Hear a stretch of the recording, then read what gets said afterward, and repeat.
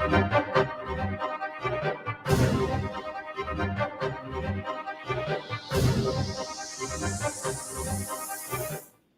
Radio USA ਸੁਣ ਰਹੇ ਸਾਰੇ ਸਰੋਤਿਆਂ ਨੂੰ ਪਿਆਰ ਭਰੀ ਸਤਿ ਸ਼੍ਰੀ ਅਕਾਲ। ਅਪਡੇਟ ਕੈਲੀਫੋਰਨੀਆ ਲੈ ਕੇ ਹਾਜ਼ਰ ਹਾਂ ਮੈਂ ਰਾਜਕਨਵੀਰ ਸਿੰਘ। ਜੁੜ ਚੁੱਕੇ ਨੇ ਹਰਜੋਤ ਸਿੰਘ ਖਾਲਸਾ ਜੀ, ਸਵਾਗਤ ਹੈ। ਸਤਿ ਸ਼੍ਰੀ ਅਕਾਲ ਜੀ।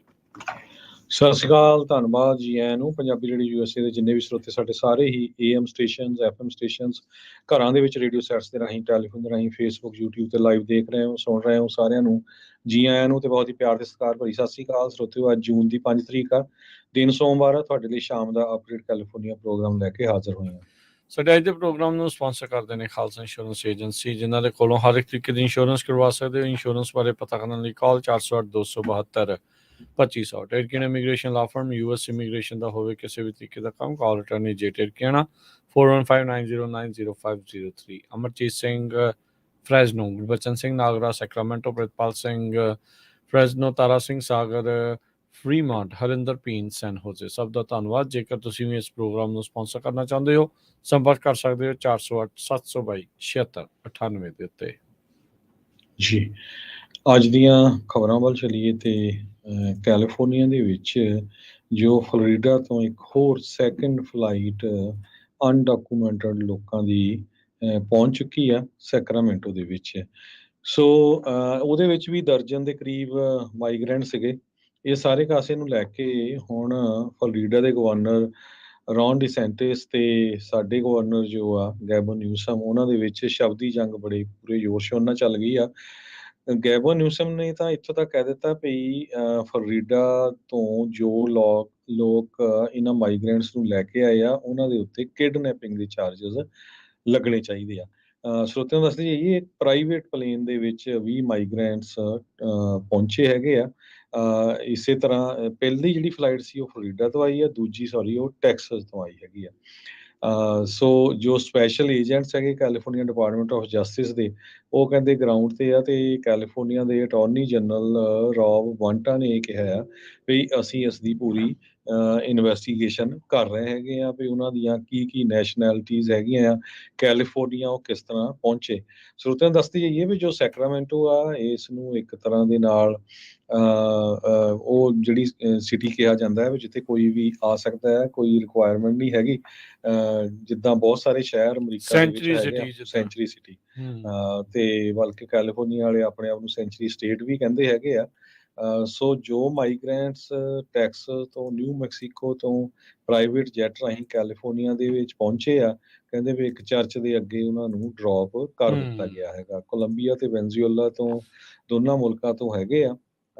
ਤੇ ਡੈਮੋਕ੍ਰੇਟਸ ਨੇ ਫਲੋਰੀਡਾ ਦੇ ਗਵਰਨਰ ਰੌਨ ਡੀਸੈਂਟਿਸ ਨੂੰ ਕਿਹਾ, ਜੋ ਕਿ ਉਹ ਪ੍ਰੈਜ਼ੀਡੈਂਸ਼ੀਅਲ ਸੀਟ ਦੇ ਲਈ ਰਨ ਕਰਨ ਜਾ ਰਹੇ ਆ, ਵੀ ਉਹ ਇੱਕ ਤਰ੍ਹਾਂ ਦੇ ਨਾਲ ਬਹੁਤ ਛੋਟਾ ਤੇ ਪੈਥੈਟਿਕ ਪਰਸਨ ਹੈਗਾ। ਜੀ ਬਿਲਕੁਲ। ਰੌਬ ਮੌਂਟਾ ਨੇ ਕਿਹਾ ਵੀ ਜਿਹੜੇ ਦਸਤਾਵੇਜ਼ ਇਹ ਦਿਖਾਉਂਦੇ ਆ ਵੀ ਫਲੋਰੀਡਾ ਸਟੇਟ ਉਹਨਾਂ ਦਾ ਜਿਹੜਾ ਵੈਂਡਰ ਆ, ਉਹ ਮਾਈਗਰੈਂਟ ਫਲਾਈਟ ਸਕੀਮ ਦੇ ਨਾਲ ਸੰਬੰਧਿਤ ਹੋ ਸਕਦਾ ਆ। ਸੋ ਫਲਾਈਟ ਕਹਿੰਦੇ ਵੀ ਉਸੇ ਦਾ ਹੀ ਹਿੱਸਾ ਸੀ, ਜਿਹੜੀ same policy state of Florida ਦੀ ਰਹੀ ਆ। ਪਬਲਿਕ ਟੈਕਸ ਪੇਅਰਸ ਦਾ ਜਿਹੜੇ ਟੈਕਸ ਡਾਲਰਸ ਆ, ਉਹ ਇਸ ਨੂੰ ਫੰਡ ਕਰ ਰਹੀ ਆ। ਤੇ ਇਹ ਕਹਿੰਦੇ ਵੀ so called volunteer transportation programme ਆ, ਪਰ ਉਹਨਾਂ ਨੇ ਇੱਕ ਪ੍ਰਾਈਵੇਟ ਵੈਂਡਰ ਆ ਜਿਸ ਦਾ ਨਾਮ ਵਰਟੋਲ ਸਿਸਟਮ ਆ, ਉਸ ਨੂੰ ਇਹ ਸਾਰਾ ਕੰਮਕਾਜ ਦਿੱਤਾ ਹੋਇਆ ਆ। ਤੇ ਉਹ ਇਸ ਤਰੀਕੇ ਦੇ ਨਾਲ ਜਿਹੜੇ ਅਸਾਈਲਮ ਸੀਕਰ ਆ, ਮਾਈਗਰੈਂਟਸ ਆ, ਉਹਨਾਂ ਨੂੰ ਸੈਕਰਾਮੈਂਟੋ ਦੇ ਵਿੱਚ ਛੱਡ ਕੇ ਆ ਰਿਹਾ। ਸੋ ਇਹ ਦੋਨਾਂ ਸੂਬਿਆਂ ਦੀ ਜੰਗ ਜਿਹੜੀ ਆ ਉਹ ਖਾਸੀ ਤੇਜ਼ ਆਪਾਂ ਦੇਖ ਰਹੇ ਆ। ਜਿਹੜਾ ਨਿਊਸਮ ਆ ਉਹ ਸੋਚ ਰਹੇ ਸੀ ਸ਼ਾਇਦ ਇਸ ਇਲੈਕਸ਼ਨ ਸਾਈਕਲ ਦੇ ਵਿੱਚ ਉਹਨਾਂ ਨੂੰ ਮੌਕਾ ਮਿਲ ਜਾਊਗਾ ਪ੍ਰੈਜ਼ੀਡੈਂਸ਼ੀਅਲ ਇਲੈਕਸ਼ਨ ਦੇ ਕੈਂਡੀਡੇਟ ਦੇ ਲਈ ਜਿਹੜੀ ਆਪਣੀ ਦਾਅਵੇਦਾਰੀ ਪੇਸ਼ ਕਰ ਸਕਣ, ਪਰ ਮੌਜੂਦਾ ਰਾਸ਼ਟਰਪਤੀ ਨੇ ਕਿਹਾ ਵੀ ਮੈਂ ਭਾਈ ਦੁਬਾਰਾ ਇਲੈਕਸ਼ਨ ਲੜੂੰਗਾ, ਜਿਸ ਕਰਕੇ ਡੈਮੋਕ੍ਰੇਟ ਦੇ ਬਾਕੀ ਉਮੀਦਵਾਰ ਆ ਉਹ ਸਾਰੇ ਬੈਠੇ, ਉਹਨਾਂ ਨੂੰ ਬੈਠਣਾ ਪੈ ਰਿਹਾ ਹੈਗਾ ਆ। ਉਧਰ ਪਰ ਰੌਨ ਡੀਸੈਂਟਿਸ ਉਸ ਨੇ ਆਪਣਾ ਇੱਦਾਂ ਦੇ ਜਿਹੜੇ ਕਾਨੂੰਨ ਆ, ਕਈ ਸਖਤ ਕਾਨੂੰਨ ਆ, ਉਹ ਇਮੀਗ੍ਰੇਸ਼ਨ ਨੂੰ ਲੈ ਕੇ ਜਾਂ ਹੋਰ ਕਈ ਚੀਜ਼ਾਂ ਨੂੰ ਲੈ ਕੇ ਜਿਹੜੇ ਉਹ ਬਣਾਏ ਆ, ਤੇ ਉਹ ਲਾਈਮਲਾਈਟ ਦੇ ਵਿੱਚ ਨੇ, ਤੇ ਉਹ ਟਰੰਪ ਹੁਣਾਂ ਨੂੰ ਜਿਹੜੇ ਟੱਕਰ ਦੇ ਰਹੇ ਆ ਰਿਪਬਲਿਕਨ ਕੈਂਡੀਡੇਸੀ ਹਾਸਿਲ ਕਰਨ ਦੇ ਲਈ। ਸੋ ਇਹ ਕੰਮ ਜਿਹੜਾ ਹੋਰ ਆ ਉਹ ਵਧੇਗਾ। ਅਗਲੀ ਜਿਹੜੀ ਗੱਲ ਕਰੀਏ ਹਰਜੋਤ ਸਿੰਘ ਜੀ, ਮਾਈਗ੍ਰੈਂਟਸ ਨੂੰ ਲੈ ਕੇ ਹੀ ਚਰਚਾ ਚੱਲੀ ਸੀ। ਟੈਕਸਸ ਤੋਂ ਵੀ ਫਲਾਈਟਾਂ ਜਿਹੜੀਆਂ ਚੇਤਾ ਹੋਣਾ, ਬੱਸਾਂ ਭਰ ਕੇ ਘੱਲੀਆਂ ਗਈਆਂ ਸੀਗੀਆਂ ਈਸਟ ਕੋਸਟ ਵਾਲੇ ਪਾਸੇ। ਮਾਰਥਾਸ ਵਿਨੀਯਾਰਡ ਦੇ ਵਿੱਚ ਇੱਕ ਮਾਈਗ੍ਰੈਂਟਸ ਦੀ ਫਲਾਈਟ ਉਹ ਘੱਲ ਦਿੱਤੀ ਸੀ। ਸੋ ਟੈਕਸਸ ਦੇ ਜਿਹੜੇ ਸ਼ੈਰਿਫ ਡਿਪਾਰਟਮੈਂਟ ਆ, ਉਹਨਾਂ ਨੇ ਇਹ ਰਿਕਮੈਂਡ ਕੀਤਾ ਆ ਬਕਸਰ ਕਾਊਂਟੀ ਦੇ ਵਿੱਚ ਉਹਨਾਂ ਦੀ ਜਿਹੜੀ ਡਿਸਟ੍ਰਿਕਟ ਅਟਰਨੀ ਆ ਉਹਨਾਂ ਨੂੰ, ਵੀ ਜਿਹੜੇ ਕ੍ਰਿਮੀਨਲ ਚਾਰजेस ਆ ਉਹ ਲਿਆਂਦੇ ਜਾਣ। ਫਲੋਰੀਡਾ ਦੇ ਗਵਰਨਰ ਰੌਨ ਡਿਸੈਂਟਸ ਦੇ ਉਲਟ ਸੋ ਕਾਲਡ ਜਿਹੜਾ ਮਾਈਗ੍ਰੈਂਟ ਰੀਲੋਕੇਸ਼ਨ ਪ੍ਰੋਗਰਾਮ ਆ, ਉਸੇ ਦੇ ਤਹਿਤ ਪਿਛਲੇ ਸਤੰਬਰ ਦੇ ਵਿੱਚ ਕੁਝ ਫਲਾਈਟਸ ਉਹ ਉਡਾਈਆਂ ਗਈਆਂ ਸੀਗੀਆਂ। ਉਹਨਾਂ ਨੇ ਉਡਾਨ ਭਰੀ ਸੀ, ਜਿਨ੍ਹਾਂ ਵਿੱਚ 49 ਸਾਈਲਮ ਸੀਕਰ ਸੀ, ਬਹੁਤੇ ਵੈਨੇਜ਼ੁਏਲਾ ਤੋਂ ਸੀਗੇ, ਤੇ ਉਹਨਾਂ ਨੂੰ ਸੈਨ ਐਂਟੋਨੀਓ ਤੋਂ ਮਾਰਥਾਸ ਵਿਨੀਯਾਰਡ ਮੈਸੇਚਿਊਸੇਟ ਦੇ ਵਿੱਚ ਛੱਡਿਆ ਗਿਆ ਸੀਗਾ। ਇਹ ਜਿਹੜੀ ਸਟੇਟਮੈਂਟ ਆ ਮਿਆਮੀ ਹਰਲਡ ਨੂੰ ਬੈਕਸਰ ਕਾਊਂਟੀ ਦੇ ਜਿਹੜੇ ਸ਼ੈਰਿਫ ਆ ਉਹਨਾਂ ਨੇ ਭੇਜੀ ਹੈਗੀ। ਉਹਨਾਂ ਨੇ ਕਿਹਾ ਵੀ ਜਿਹੜੀ ਕ੍ਰਿਮੀਨਲ ਇਨਵੈਸਟੀਗੇਸ਼ਨ ਆ ਉਹ ਕੰਪਲੀਟ ਹੋ ਗਈ ਆ। ਔਨ ਦਾ ਗਰਾਊਂਡ ਆਪਰੇਸ਼ਨ, ਇਹ ਕਹਿੰਦੇ ਕਥਿਤ ਤੌਰ ਦੇ ਉੱਤੇ ਮਾਈਗ੍ਰੈਂਟਸ ਨੂੰ ਫਲਾਈਟ ਵਿੱਚ ਝੂਠੇ ਜਿਹੜੇ ਵਾਅਦਿਆਂ ਦੇ ਨਾਲ ਬਿਠਾ ਕੇ ਲੈ ਕੇ ਗਿਆ ਆ, ਤੇ ਇਹ ਜਿਹੜਾ ਕੇਸ ਦੇ ਵਿੱਚ ਦੋਨੋਂ ਹੀ ਫੈਲਨੀ ਤੇ ਮਿਸਡਿਮੀਨਰ ਦੇ ਜਿਹੜੇ ਚਾਰजेस ਆ ਅਨਲਾਫੁਲ ਰਿਸਟ੍ਰੇਂਟ ਵਾਲੇ ਬਣਦੇ ਆ। ਸੋ ਐਟ ਦਿਸ ਟਾਈਮ ਕਹਿੰਦੇ ਵੀ ਇਹ ਕੇਸ ਆ ਉਹ ਡੀਏ ਦੇ ਆਫਿਸ ਦੇ ਵਿੱਚ ਆ। ਜਿੱਦਾਂ ਹੀ ਕੋਈ ਅਪਡੇਟ ਆਊਗੀ ਤੇ ਉਹ ਦੱਸਾਂਗੇ, ਪਰ ਇਹ ਕਾਊਂਟੀ ਦੇ ਜਿਹੜੇ ਸ਼ੈਰਿਫ ਆ ਉਹ ਰਿਕਮੈਂਡ ਕਰ ਰਹੇ ਆ ਵੀ ਜਿਹੜੇ ਕ੍ਰਿਮੀਨਲ ਚਾਰजेस ਆ ਉਹ ਲਿਆਂਦੇ ਜਾਣ। ਜੀ, ਅਗਲੀ ਖਬਰ ਵੱਲ ਚਲੀਏ। ਕਹਿੰਦੇ ਵੀ ਜਦੋਂ ਟ੍ਰੇਨ ਦਾ ਐਕਸੀਡੈਂਟ ਹੋਇਆ ਇੰਡੀਆ ਦੇ ਵਿੱਚ, ਆਪਾਂ ਨੂੰ ਪਤਾ ਸਵੇਰੇ ਵੀ ਆਪਾਂ ਖਬਰ ਸਾਂਝੀ ਕੀਤੀ ਸੀ, 275 ਦੇ ਕਰੀਬ ਲੋਕ ਕਨਫਰਮ ਹੋ ਚੁੱਕੇ ਆ, ਮਾਰੇ ਜਾ ਚੁੱਕੇ ਆ, 1000 ਦੇ ਕਰੀਬ ਫੱਟੜ ਹੋਏ ਆ। ਪਰ ਕਈ ਵਾਰ ਇਦਾਂ ਦੀ ਇੰਸੀਡੈਂਟ ਵੀ ਹੋ ਜਾਂਦੀ ਆ ਵੀ ਜਦੋਂ ਇਹ ਦੇਖਿਆ ਜਾਵੇ ਵੀ ਬੰਦਾ ਮਰਿਆ ਪਿਆ, ਪਰ ਲੇਟਰ ਔਨ ਫਾਈਂਡ ਆਊਟ ਕੀਤਾ ਵੀ ਉਹ ਜਿੰਦਾ ਹੈਗਾ। ਕਹਿੰਦੇ ਇੱਕ ਬਾਪ ਨੇ ਇਹ ਮੰਨਣੋਂ ਇਨਕਾਰ ਕਰ ਦਿੱਤਾ ਵੀ ਮੇਰਾ ਮੁੰਡਾ ਜੋ ਆ ਉਹ ਇਸ ਟ੍ਰੇਨ ਦੇ ਕ੍ਰੈਸ਼ ਦੇ ਵਿੱਚ ਮਰ ਗਿਆ ਹੈਗਾ। ਕਹਿੰਦੇ ਵੀ ਉਹ ਜਦੋਂ ਗਿਆ ਆਪਣੇ ਬ੍ਰਦਰ ਇਨ ਲਾ ਦੇ ਨਾਲ ਉੱਥੇ ਦੇਖਣ, ਤੇ ਉੱਥੇ ਪਹੁੰਚਿਆ ਤੇ ਉਹ ਕਹਿੰਦੇ ਵੀ ਹਸਪੀਟਲ ਤਾਂ ਹੈ ਨਹੀਂ। ਜਦੋਂ ਹਸਪੀਟਲ ਉਹਨੂੰ ਚੈੱਕ ਕੀਤਾ ਸਾਰਿਆਂ ਨੂੰ, ਉਹ ਤੋਂ ਬਾਅਦ ਕਹਿੰਦੇ ਵੀ ਉਹ ਜੋ ਮੋਰਗ ਆ ਜਿੱਥੇ ਰੱਖੇ ਜਾਂਦੇ ਆ ਮੁਰਦਿਆਂ ਨੂੰ, ਉੱਥੇ ਜਾ ਕੇ ਪਤਾ ਕਰਦੇ ਆ। ਕਹਿੰਦੇ ਵੀ ਜਦ ਉੱਥੇ ਗਿਆ, ਬਿਸਵਾਜੀਤ ਮਲਕ ਨਾਮ ਦਾ 24 ਸਾਲਾਂ ਦਾ ਨੌਜਵਾਨ, ਉਹ ਕਮਾਂਡਲ ਐਕਸਪ੍ਰੈਸ ਦੇ ਵਿੱਚ ਜਾ ਰਿਹਾ ਸੀ ਜਦੋਂ ਉਹਦਾ ਐਕਸੀਡੈਂਟ ਹੋਇਆ, ਤੇ ਉੱਥੇ ਵੀ ਉਹਨਾਂ ਨੇ ਉਹਨੂੰ ਦੇਖਣ ਨਾ ਦਿੱਤਾ। ਪਰ ਇਨ ਦਾ ਮੀਨ ਟਾਈਮ ਕਹਿੰਦੇ ਉੱਥੇ ਥੋੜਾ ਜਿਹਾ ਰੌਲਾ ਪਿਆ ਵੀ ਇੱਕ ਬੰਦੇ ਦੀ ਬਾਂਹ ਹਿੱਲ ਰਹੀ ਆ, ਤੇ ਉਸ ਤੋਂ ਬਾਅਦ ਜਦੋਂ ਉਹ ਭੱਜ ਕੇ ਗਿਆ ਤੇ ਦੇਖਿਆ ਵੀ ਉਹ ਉਸਦੇ ਮੁੰਡੇ ਦਾ ਹੀ ਹੱਥ ਸੀ। ਉਹ ਕਹਿੰਦਾ ਵੀ ਮੈਂ ਕਦੇ ਵੀ ਨਹੀਂ ਸੋਚਿਆ ਸੀ ਵੀ ਮੇਰਾ ਮੁੰਡਾ ਇਦਾਂ ਮੌਤ ਦੇ ਵਿੱਚ ਉਹਦੀ ਇਦਾਂ ਦੀ ਮੌਤ ਹੋਊਗੀ। ਉਸ ਤੋਂ ਬਾਅਦ ਉਹਨੂੰ ਹਸਪਤਾਲ ਲਿਜਾਇਆ ਗਿਆ। ਹਸਪਤਾਲ ਦੇ ਵਿੱਚ ਉਹ ਹੁਣ ਸੀਰੀਅਸ ਕੰਡੀਸ਼ਨ 'ਚ ਆ, ਪਰ ਕਹਿੰਦੇ ਵੀ ਸਟੇਬਲ ਕੰਡੀਸ਼ਨ 'ਚ ਆ, ਕ੍ਰਿਟੀਕਲੀ ਫੱਟੜ ਹੋਇਆ, ਪਰ ਉਹ ਸਰਵਾਈਵ ਕਰ ਜੂਗਾ। ਤੁਸੀਂ ਦੇਖੋ ਵੀ ਮਰਿਆ ਹੋਇਆ ਸਮਝ ਕੇ ਉੱਥੇ ਮੋਰਗ 'ਚ ਰੱਖਤਾ, ਤੇ ਬਾਅਦ ਦੇ ਵਿੱਚ ਉਹ ਵੀ ਦੂਜੇ ਦਿਨ ਜਾ ਕੇ ਉਹਦਾ ਫਾਦਰ ਤੇ ਉਹਦਾ ਬ੍ਰਦਰ ਇਨ ਲਾ ਜਾ ਕੇ ਪਹੁੰਚੇ, ਤਾਂ ਜਾ ਕੇ ਕਿਤੇ ਉਹਨਾਂ ਨੂੰ ਪਤਾ ਲੱਗਾ ਵੀ ਉਹ ਤਾਂ ਜਿੰਦਾ ਹੀ ਹੈਗਾ। ਜੀ ਬਿਲਕੁਲ। ਅਗਲੀ ਗੱਲ ਕਰਦੇ ਜਾਈਏ, ਟਰੰਪ ਹੁਣਾਂ ਦੇ ਅਟਰਨੀਜ਼ ਉਹ ਸਪੈਸ਼ਲ ਕਾਉਂਸਲ ਦੇ ਨਾਲ ਮਿਲੇ ਆ ਜਸਟਿਸ ਡਿਪਾਰਟਮੈਂਟ ਦੇ ਬਿਲਡਿੰਗ ਦੇ ਵਿੱਚ ਜਾ ਕੇ। ਇਹ ਡਾਕੂਮੈਂਟਸ, ਜੇ ਕਲਾਸੀਫਾਈਡ ਡਾਕੂਮੈਂਟਸ ਆ, ਉਸ ਦੀ ਇਨਵੈਸਟੀਗੇਸ਼ਨ ਜੋ ਚੱਲ ਰਹੀ ਆ ਉਸ ਬਾਬਤ ਆ। ਇਹ ਜਿਹੜੇ ਅਟਰਨੀਜ਼, ਉਹਨਾਂ ਦੀ ਮੁਲਾਕਾਤ ਤੋਂ ਬਾਅਦ ਚ ਪ੍ਰੈਜ਼ੀਡੈਂਟ ਟਰੰਪ ਖਾਸੇ ਨਿਰਾਸ਼ ਤੇ ਨਾਰਾਜ਼ ਨਜ਼ਰ ਆਏ। ਉਹਨਾਂ ਨੇ ਆਪਣਾ ਇੱਕ ਕਹਿ ਸਕਦੇ ਆ ਵੀ ਗੁੱਸਾ ਟਰੁੱਥ ਸੋਸ਼ਲ ਦੇ ਉੱਤੇ ਝਾੜਿਆ। ਇਹ ਇੱਕ ਮੀਟਿੰਗ ਕਹਿੰਦੇ ਟਰੰਪ ਹੁਣਾਂ ਦੇ ਲਾਇਰਸ ਦੀ ਉਸ ਟਾਈਮ ਦੇ ਉੱਤੇ ਆਈ ਆ, ਜਿਹੜੇ ਟੌਪ ਤੇ ਫੈਡਰਲ ਲਾ ਐਨਫੋਰਸਮੈਂਟ ਅਧਿਕਾਰੀ ਆ ਉਹਨਾਂ ਦੇ ਨਾਲ। ਬੀਤੇ ਦਿਨਾਂ 'ਚ ਇਹਨਾਂ ਨੂੰ ਨਿਊਯਾਰਕ ਸਿਟੀ ਵਿੱਚ ਵੀ ਪੇਸ਼ ਕੀਤਾ ਗਿਆ ਸੀਗਾ, ਜਿੱਥੇ ਇਹਨਾਂ ਉੱਤੇ 30 ਤੋਂ ਵੱਧ ਜਿਹੜੇ ਚਾਰजेस ਆ ਉਹ ਲਿਆਂਦੇ ਗਏ ਸੀ, ਬਿਜ਼ਨਸ ਪ੍ਰੈਕਟਿਸਿਸ ਆ ਉਸ ਦੇ ਨਾਲ ਸੰਬੰਧਿਤ। ਹੁਣ ਜਿਹੜੇ ਡਾਕੂਮੈਂਟਸ, ਕਲਾਸੀਫਾਈਡ ਡਾਕੂਮੈਂਟਸ ਨੂੰ ਲੈ ਕੇ ਇਹ ਘਿਰਦੇ ਨਜ਼ਰ ਆ ਰਹੇ ਨੇ। ਕਈ ਇਹ ਦਾਅਵਾ ਪੇਸ਼ ਕਰ ਰਹੇ ਆ, ਖਾਸ ਕਰਕੇ ਕੁਛ ਅਖਬਾਰਾਂ ਵਾਲੇ, ਕੁਛ ਟੀਵੀਆਂ ਵਾਲੇ, ਵੀ ਇਹਨਾਂ ਦੀਆਂ ਕੁਛ ਆਡੀਓਜ਼ ਵੀ ਮੌਜੂਦ ਨੇ, ਜਿਨ੍ਹਾਂ ਵਿੱਚ ਇਹ ਕਲਾਸੀਫਾਈਡ ਡਾਕੂਮੈਂਟਸ ਲੈ ਕੇ ਆਉਣ ਨੂੰ ਲੈ ਕੇ ਕਹਿ ਲਓ ਵੀ ਬੜਕਾ ਮਾਰ ਰਹੇ ਆ, ਕਹਿ ਲਓ ਵੀ ਆਪਣੀ ਕਹਿ ਲਓ ਵੀ ਮੈਂ ਆਹ ਕੰਮ ਕਰ ਲਿਆ, ਇੱਦਾਂ ਦੀਆਂ ਚੀਜ਼ਾਂ ਕਹਿੰਦੇ ਨਜ਼ਰ ਆ ਰਹੇ ਆ। ਅਜੇ ਉਹ ਜਨਤਕ ਨਹੀਂ ਹੋਈਆਂ। ਇਹ CNN ਤੇ ਹੋਰ ਕਈ ਨਿਊਜ਼ ਅਦਾਰਿਆਂ ਨੇ ਇਹ ਦਾਅਵਾ ਪੇਸ਼ ਕੀਤਾ ਆ। ਹੁਣ ਦੇਖੋ ਕੀ ਬਣਦਾ ਆ। ਪਰ ਟਰੰਪ ਹੁਣਾਂ ਦੀ ਜਿਹੜੀ ਲੀਗਲ ਟੀਮ ਆ ਉਹ ਕਾਫੀ ਫਰਸਟ੍ਰੇਟਿਡ ਨਜ਼ਰ ਆ ਰਹੀ ਆ ਜਸਟਿਸ ਡਿਪਾਰਟਮੈਂਟ ਦੇ ਅਧਿਕਾਰੀਆਂ ਦੇ ਨਾਲੋਂ, ਵੀ ਕਿਸ ਤਰੀਕੇ ਨਾਲ ਅਟਰਨੀ ਕਲਾਇੰਟ ਮੈਟਰਸ ਨੂੰ ਪਿਛਲੇ ਮਹੀਨਿਆਂ ਦੇ ਵਿੱਚ ਹੈਂਡਲ ਕੀਤਾ ਗਿਆ ਹੈਗਾ ਆ। ਸੋ ਟਰੰਪ ਹੁਣਾਂ ਦੇ ਅਟਰਨੀਜ਼ ਨੂੰ ਟੈਸਟੀਫਾਈ ਕਰਨ ਦੇ ਲਈ ਆਖਿਆ ਗਿਆ ਆ। Federal grand jury Washington DC ਦੇ ਵਿੱਚ ਇਹਨਾਂ ਡਾਕੂਮੈਂਟਸ ਦੀ ਪੋਜੈਸ਼ਨ ਆ ਉਸ ਨੂੰ ਲੈ ਕੇ। ਕੈਲੀਫੋਰਨੀਆ ਨੇ $5 ਮਿਲੀਅਨ ਉਹਨਾਂ ਲੋਕਾਂ ਦੇ ਲਈ ਰੱਖਿਆ ਹੈ ਜੋ ਹਾਫ ਮੂਨ ਵੇ ਦੀ ਜੋ ਸ਼ੂਟਿੰਗ ਆ ਉਹਦੇ ਵਿਕਟਮਸ ਹੈਗੇ ਆ। ਗਵਰਨਰ ਗੈਵਨ ਨਿਊਸਮ ਨੇ ਕਿਹਾ ਵੀ $5 ਮਿਲੀਅਨ ਉਹਨਾਂ ਪਰਿਵਾਰਾਂ ਨੂੰ ਦਿੱਤਾ ਜਾਊਗਾ ਜੋ ਹਾਫ ਮੂਨ ਵੇ ਦੇ ਵਿੱਚ ਪਿਛਲੇ ਮਹੀਨਿਆਂ 'ਚ ਇੱਕ ਸ਼ੂਟਿੰਗ ਹੋਈ ਸੀ। ਇੱਕ ਉਹਨਾਂ ਦਾ ਹੀ ਕੋ-ਵਰਕਰ ਜੋ ਫਾਰਮ ਦੇ ਵਿੱਚ ਕੰਮ ਕਰਦਾ ਸੀ, ਉਸਨੇ ਆਪਣੇ ਹੀ ਸਾਥੀਆਂ ਦੇ ਉੱਤੇ ਗੋਲੀਆਂ ਚਲਾਤੀਆਂ ਸੀਆਂ। ਤੇ ਸੋ ਉਹਨਾਂ ਪਰਿਵਾਰਾਂ ਨੂੰ ਇਹ ਪੈਸੇ ਦਿੱਤੇ ਜਾਣਗੇ ਘਰ ਖਰੀਦਣ ਦੇ ਲਈ, ਡਾਊਨ ਪੇਮੈਂਟ ਦੇ ਲਈ, ਜਾਂ ਇੱਕ ਗ੍ਰਾਂਟ ਦੀ ਤਰ੍ਹਾਂ, ਤਾਂ ਕਿ ਜੋ ਕੈਲੀਫੋਰਨੀਆ ਦਾ ਡ੍ਰੀਮ ਆ ਫਾਰਮ ਵਰਕਰਸ ਦਾ, ਦਰਜਨ ਦੇ ਕਰੀਬ ਜੋ ਫਾਰਮ ਵਰਕਰਸ ਆ, ਉਹਨਾਂ ਨੂੰ ਇਹ ਪੈਸੇ ਦਿੱਤੇ ਜਾਣਗੇ। ਸੈਨ ਮਟੇਓ ਕਾਉਂਟੀ ਦੇ ਵਿੱਚ ਇਹ ਸ਼ੂਟਿੰਗ ਹੋਈ ਸੀ, ਜਿਸ ਟਾਈਮ ਦੇ ਉੱਤੇ ਕਈਆਂ ਦੀ ਮੌਤ ਹੋ ਗਈ ਸੀ। ਤੇ ਉਹਨਾਂ ਦੇ ਵਾਸਤੇ 28 ਦੇ ਕਰੀਬ ਹਾਊਸਿੰਗ ਯੂਨਿਟ, 18 ਉਹਨਾਂ ਪਰਿਵਾਰਾਂ ਨੂੰ ਪ੍ਰਾਇਓਰਟਾਈਜ਼ ਕੀਤਾ ਜਾਊਗਾ ਜੋ ਇਸ ਸ਼ੂਟਿੰਗ ਦੇ ਵਿਕਟਮ ਸੀਗੇ। 10 ਜੋ ਆ ਉਹ ਹੋਰ ਲੋ ਇਨਕਮ ਵਾਲੇ ਲੋਕ ਆ, ਉਹਨਾਂ ਨੂੰ ਉਹ ਘਰਾਂ ਦੀ ਡਾਊਨ ਪੇਮੈਂਟ ਦੇ ਲਈ ਪੈਸੇ ਦਿੱਤੇ ਜਾਣਗੇ। ਜੀ, ਅਗਲੀ ਗੱਲ ਕਰਦੇ ਜਾਈਏ। ਸਿਕਿਉਰਿਟੀ ਐਕਸਚੇਂਜ ਕਮਿਸ਼ਨ ਨੇ ਬਾਈਨੈਂਸ ਤੇ ਉਹਨਾਂ ਦਾ ਜਿਹੜਾ CEO ਚੈਂਗਪੈਨ ਜ਼ਾਓ, ਉਹਨਾਂ ਨੂੰ ਲਾਸੂਟ ਦਰਜ ਕੀਤਾ ਆ ਉਹਨਾਂ ਦੇ ਉਲਟ। US ਸਿਕਿਉਰਿਟੀ ਵਾਇਲੇਸ਼ਨਸ ਦਾ ਹਵਾਲਾ ਦੇ ਕੇ ਕ੍ਰਿਪਟੋ ਐਕਸਚੇਂਜ ਬਾਈਨੈਂਸ ਉਸ ਦੇ ਉਲਟ ਲਾਸੂਟ ਫਾਈਲ ਕੀਤਾ ਗਿਆ ਆ। ਇਸ ਦਾ ਜਿਹੜਾ ਫਾਊਂਡਰ ਉਹ ਬਿਲੀਅਨੇਰ ਬੰਦਾ ਦੱਸਿਆ ਜਾਂਦਾ। 13 ਚਾਰਜਿਸ ਹੁਣ ਤੱਕ ਇਹਨਾਂ ਦੇ ਉਲਟ ਲਿਆਂਦੇ ਗਏ ਆ, ਜਿਨ੍ਹਾਂ ਵਿੱਚ ਇਹਨਾਂ ਕ੍ਰਿਪਟੋ ਕਰੰਸੀਜ਼ ਦੇ ਇੱਦਾਂ ਦੇ ਐਕਸਚੇਂਜ ਦੇ ਉੱਤੇ ਇਹ ਦੋਸ਼ ਲਗਾਏ ਗਏ ਆ ਕਥਿਤ ਤੌਰ ਦੇ ਉੱਤੇ ਵੀ ਇਹਨਾਂ ਨੇ ਲੋਕਾਂ ਨੂੰ ਧੋਖੇ ਵਿੱਚ ਰੱਖ ਕੇ ਇਹ ਸਾਰਾ ਕੁਛ ਕੰਮ ਕੀਤਾ ਆ। ਦੋ ਜਿਹੜੇ ਕਹਿੰਦੇ ਵੀ ਬਾਈਨੈਂਸ ਦੇ US ਦੇ CEOs, ਉਹਨਾਂ ਨੇ ਡੀਪ ਕੰਸਰਨਸ ਪੇਸ਼ ਕੀਤੇ ਨੇ ਵੀ ਜਿਹੜੇ ਜ਼ਾਓ ਆ ਉਹਨਾਂ ਦਾ ਕੰਟਰੋਲ ਕਿੰਨਾ ਕੁ ਹੈਗਾ ਆ ਬਾਈਨੈਂਸ ਦੇ ਉਹਨੂੰ ਲੈ ਕੇ। ਇੱਦਾਂ ਦੀ ਜਿਹੜੀ ਖਬਰ ਆਉਣ ਤੋਂ ਬਾਅਦ 'ਚ